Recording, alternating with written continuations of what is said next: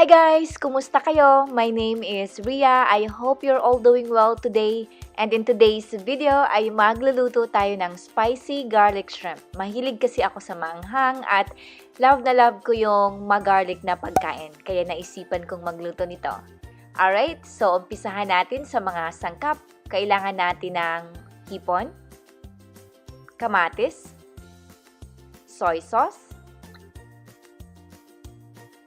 canola oil, ginger, bawang, sriracha, ito yung hot sauce na gagamitin ko, chili pepper flakes, salt, ground black pepper, and garlic powder. Sa lista ng mga ingredients, check nyo lang ang description box below. So, ang una natin gagawin ay kuha tayo ng pan, or in my case, gumamit ako ng wok. This is on low heat. Lagyan natin ng canola oil. Once mainit na yung oil, gisahin natin ang ginger mga about 3 minutes. Slow and low heat, okay? Then, add natin ang garlic. Gisahin rin natin ito mga about 2 to 3 minutes or hanggang sa magiging brown in color ang garlic.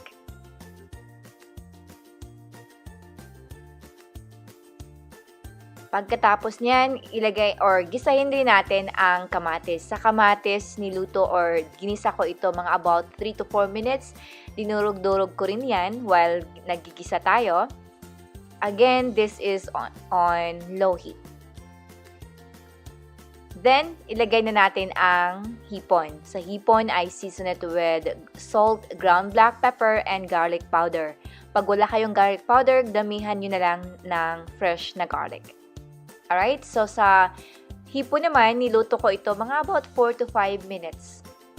Then, nilagyan ko siya ng sriracha at saka soy sauce. Pati na rin chili flakes. Huwag niyong i-overcook ang shrimp kasi magiging gooey siya. So, mga about 4 minutes or 4 to 5 minutes. Alright, so sa anghang naman, adjust it. Kung mahilig kayo sa manghang, damihan nyo. At sa lasa naman, adjust it according to your desired taste. And yun lang, madali lang ang pagluto nito at masarap. Alright, so that's all for today. Thank you all so much for watching and take care.